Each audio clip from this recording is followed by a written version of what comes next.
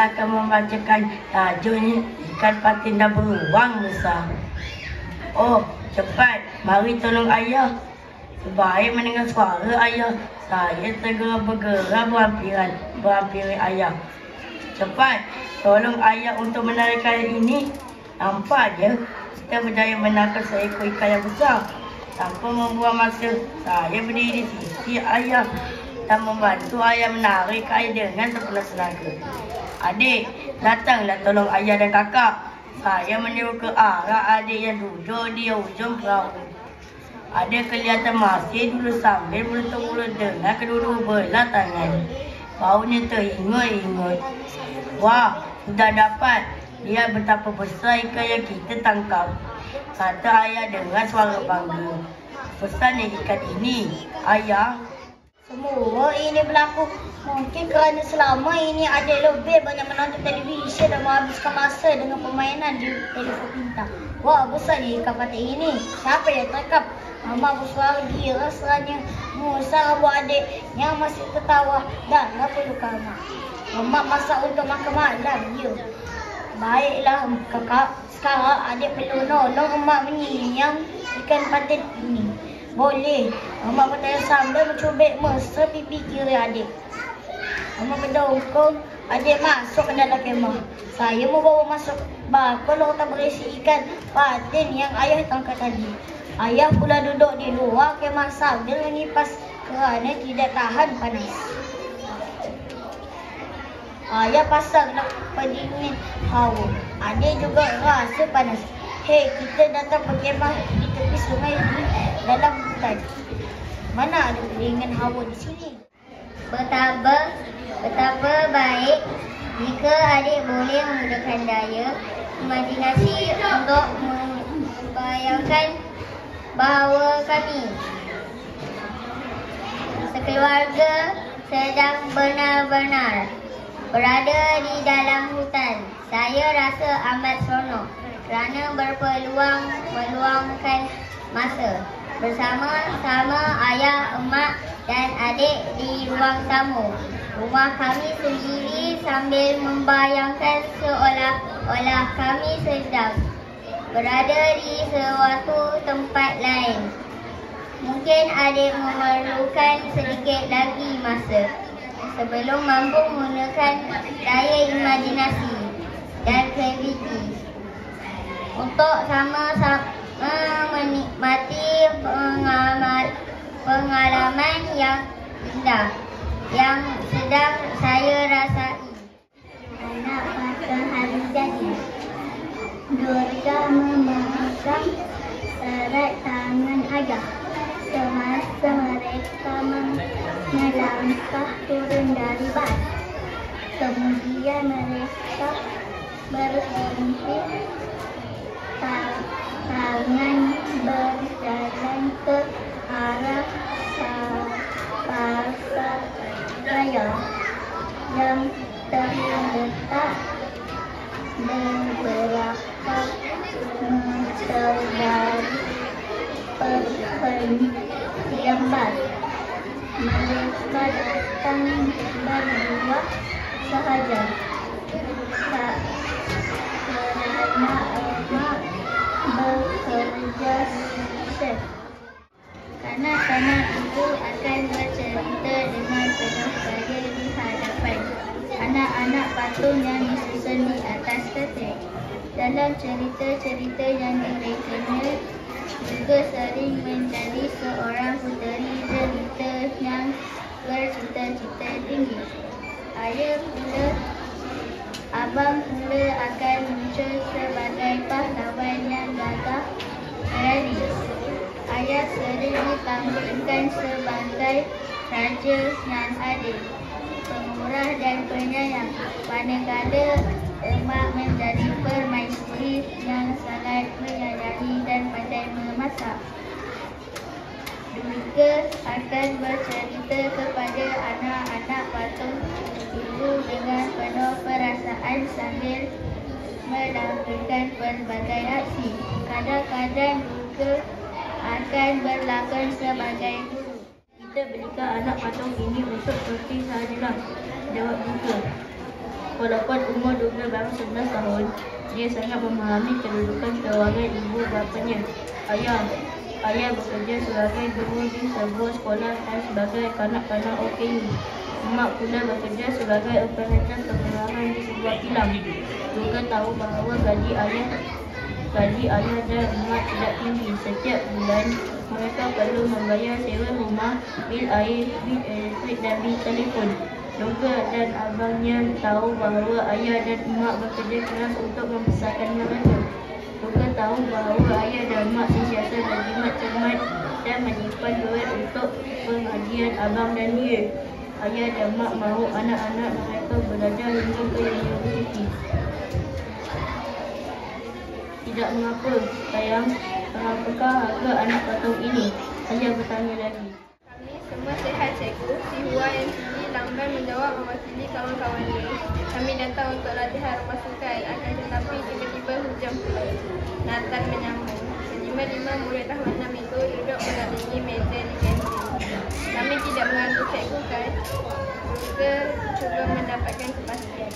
Cikgu Hanifah adalah guru mata pelajaran bahasa Malaysia di semasa mereka belajar dari tahun 4. Mereka sekarang pun beliau masih mengajar murid tahun 4, manakala kelima-lima anak-anak ini sudah berada di tahun 5. Cikgu sedang menulis draft skrip drama sempena hari buku sendiri. Kamu semua tahu bila sambutannya? Saya tahu cikgu, Amirul Budak Pantas, pada 23 April setiap tahun. Hari buku seninya disambut bersama-sama Hari Hak Cipta. Jenny juga menambah. Cikgu Hanifah tersenyum gembira. Ya, saya suka watak Sun Wukong, iaitu Raja Kerasakti yang sangat nakal dan itu. Kata Jenny pula. Samakah watak Sun Wukong dengan Hanuman? Amirul bertanya dengan hairan dan penuh rasa inginnya tahu. Kelima-lima rakan itu secara spontan memandang Cikgu Hadebah.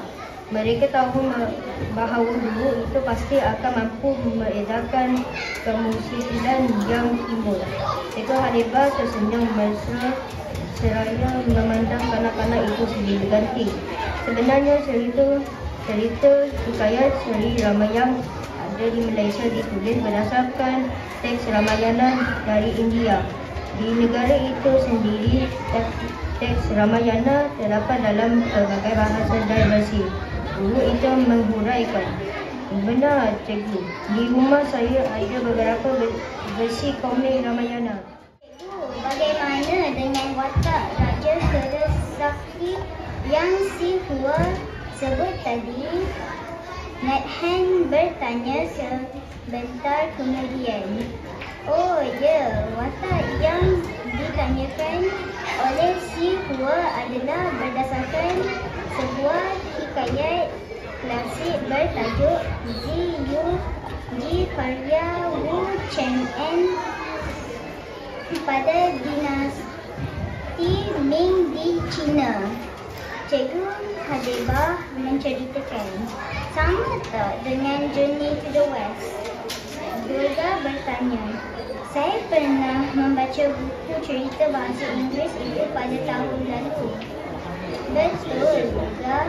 Kisahnya tentang seorang Sami Buddha bernama Zuan Zuang. Kelihatan begitu gembira bermain Tidak lama kemudian, langit mula mendung dan hujan. Secara tiba-tiba, kumpulan anak-anak itu segera mengambil botol air masing-masing dan bergerak ke arah pangsa seperti padang. Mak saya selalu berpuasa pada hari Selasa dan Jumaat mengikut budaya Hindu. Durga mencelah. Kenapa pula Atuk berpuasa pada hari Isnin dan Khamis? Datuk menutup buku yang sedang dibaca. Kemudian beliau menerangkan sedikit mengenai kelebihan umat Islam berpuasa pada hari Isnin dan Khamis. Sugan, Ibun dan Ruga mendengar dengan penuh minat. Aminah dan Aisyah turut menumpukan perhatian. Puasa sunat pada hari Isnin amat istimewa kerana itulah hari di mana Nabi Muhammad dilahirkan. Hari baginda diutuskan sebagai Rasul dan juga hari Al-Quran diturunkan. Datuk menguraikan. Amalan berpuasa membantu memelihara kesihatan mental dan fizikal. Kita memperoleh kecerdasan akal dan fikiran. Orang yang berpuasa sentiasa tajam fikiran dan terang hatinya. Aminah menambah berdasarkan apa yang dipelajarinya dalam kelas agama. Kawan-kawan, abang memang kerap datang makan di rumah juga. Masakan emak memang sedap dan lezat. Abang Kumar, Abang Wahaidat, Abang Yanin, Abang Syahid dan ramai lagi kawan-kawan abang suka makan masakan emak. Selepas termenung seketika, juga menceritakan kepada emak mengenai perbuatan dengan Datuk Aminah sebentar tadi. Kasman Atuk. Atuk berpuasa tetapi tidak ada apa-apa jualan istimewa untuk berbuka puasa. Katanya dengan senang senang. Selepas itu dia pergi ke bibinya untuk nanti dan membuka pakaian. Dia sudah hilang selera untuk makan walaupun masakan emak memang menyenangkan. Mereka asyik terkenal akan Datuk Aisyah yang berpuasa. Apabila Durga pergi semua ke dapur, dia terkenal melihat bahwa Datuk bakal rapi dari lauk pauk dan sayur-sayuran di atas. Pada suatu ketika semasa dia sedang membantu Jamina membuat kerja rumah bahasa Tamil. Betullah, apabila saya ada masalah dalam subjek bahasa Tamil, saya boleh bertanya kepada kamu. Kamu pula selalu menggunakan subjek bahasa Inggeris dengan saya. Kalau ada lebih ramai rakan yang buruk serta mencontoh, kita semua boleh belajar bersama-sama. Kemudian pula keenam kanak-kanak ini hidup berjiran di Sirau Kambam sejak lahir. Ibu bapa mereka juga saling mengenali dan sering kunjung mengunjung. Khususnya pada hari-hari perayaan. Kebanyakan golongan ibu di Sirau Kambam merupakan suri rumah. Kalaupun ada yang bekerja, gaji mereka tidak seberapa. Gaji bapa kita semua bukannya besar. Ibu Kong menguraikan. Majoriti penduduk di kampung kecil ini termasuk dalam kategori B40. Di mana kita mahu belajar? Rumah kita semua tiada ruang khas untuk belajar. Suasana di rumah juga kurang sesuai kerana ada gangguan daripada adik-adik kecil, suara radio atau bunyi televisyen. Mainan menguraikan isu yang ditengahkannya. Masing-masing duduk diam dan termenung memikirkan kebenaran kata-kata itu. Suasana di rumah mereka kurang kondusif dan tidak sesuai untuk mengendalikan sesi belajar secara berkumpulan. Apa yang kamu semua sedang menentukan ini? Ahmad Tarmizi dan rakan-rakannya dikejutkan suara perempuan wanita dari luar pintu pagar rumah. Beliau merupakan setiausaha persatuan kebajikan masyarakat India Sirau Kambam. Dewan Persatuan itu dijadikan tempat kebajikan, seni dan budaya bagi penduduk kaum India di kampung berkenaan. Acara khas biasanya diadakan di sana seperti perayaan Pongal dan Deepavali. Pemerintah datang untuk memberikan sedikit lauk kari ayam bagi Ahmad Tarmizi. Beliau hairan melihat kumpulan kanak-kanak itu termenung di bawah pokok rambutan. Tahun lalu, sempena hari jadi saya, ayah dan ibu mengaturkan sambutan yang agak besar-besaran. Ayah menepah kek 2 tingkat dengan corak anak patung menyerupai seorang puteri berpakaian berberi merah jambu. Emak pula menepah pelbagai juadah istimewa daripada Makcik Timah yang tinggal tidak berapa jauh dari rumah kami. Tugas abang pula membuat perhiasan di ruang tamu menggunakan belon pelbagai warna dan kertas warna yang dibeli khas. Ringkasnya, sambutan hari jadi saya pada tahun lalu amat meriah dan disambut secara besar-besaran. Bagaimanapun, tidak ramai kawan saya yang datang pada tahun lalu. Masing-masing memberikan alasan ada kelas tambahan atau ada urusan lain pada tarikh yang ditetapkan. Mereka ada memberikan ucapan hari jadi yang dibelikan di kompleks beli belah. Pada akhir tahun lalu, ayah kehilangan kerja. Pihak majikan menggunakan keadaan kesihatan ayah sebagai alasan untuk memujuknya berhenti kerja. Ekonomi dunia semakin teruk sekarang. Bukan ayah seorang saja yang dihentikan, tetapi ramai lagi. Kata ayah kepada saya dan abang pada petang beliau menerima notis diberhentikan kerja. Menurut abang, kata-kata ayah memang benar. Banyak kilang dan syarikat ditutup di seluruh dunia. Ramai yang hilang kerja, termasuk di Amerika Syarikat. Ayah dan mak hanya bekerja di kilang. Kesihatan ayah sedikit terganggu sejak beberapa tahun lalu. Maka, keadaan itu dijadikan alasan untuk meminta ayah berhenti kerja. Ayah mahu kamu berdua belajar rajin-rajin. Dapatkan keputusan cemerlang dalam pelajaran. Belajar tinggi-tinggi dan jadilah pekerja profesional, pesan ayah. Pada awal Februari, ayah mendapat kerja di tempat baharu. Kurang sedikit beban mak yang terpaksa menyara keluarga dengan gaji kecil sejak Disember lalu.